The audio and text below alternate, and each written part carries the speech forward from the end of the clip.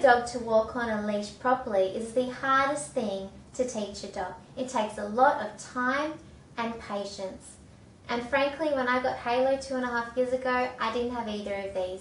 And it resulted in a dog who was quite pully and would often pull to a point where he was choking himself, and it would scare me. That was until I found out about harnesses. And since I started using one, I've never looked back. This is the harness that I choose to use on my dogs, and it's made by Sporn. And before you say anything, I've been using this harness for years. I have not been paid to do this video, and I didn't get sent any freebies or anything like that. This part here goes over the dog's head, so that this is at the front of their body.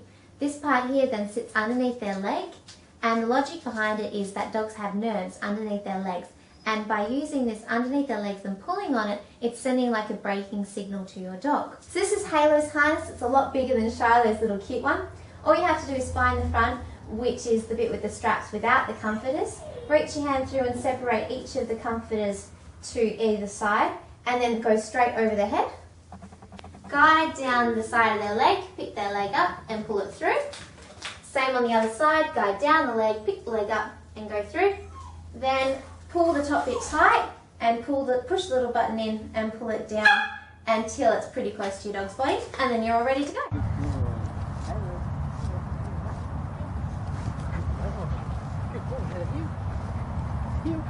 Good boy. To get the harness off, all you have to do is loosen this back bit here and then just take it straight over the head and step out.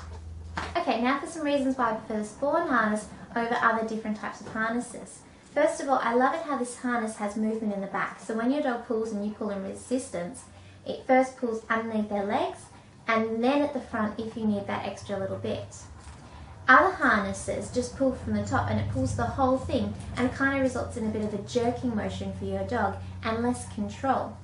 I also love that this one has the comforters underneath. A lot of harnesses you kind of feel like you're cutting into your dog's underarm. One also makes another harness called the Sporn Halter, and that's the one that came first. However, it's quite complicated to put on, especially if you're not used to it, and the first time you get it, it's in pieces and you have to put it together. So if you're trying to explain to somebody else how to put it on your dog, it can get quite complicated.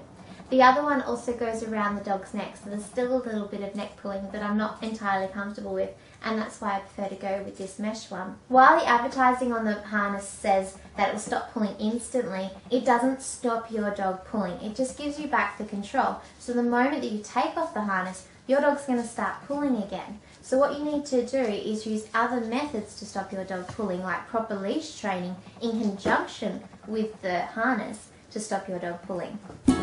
And then you're done, you can go hang this up for next time.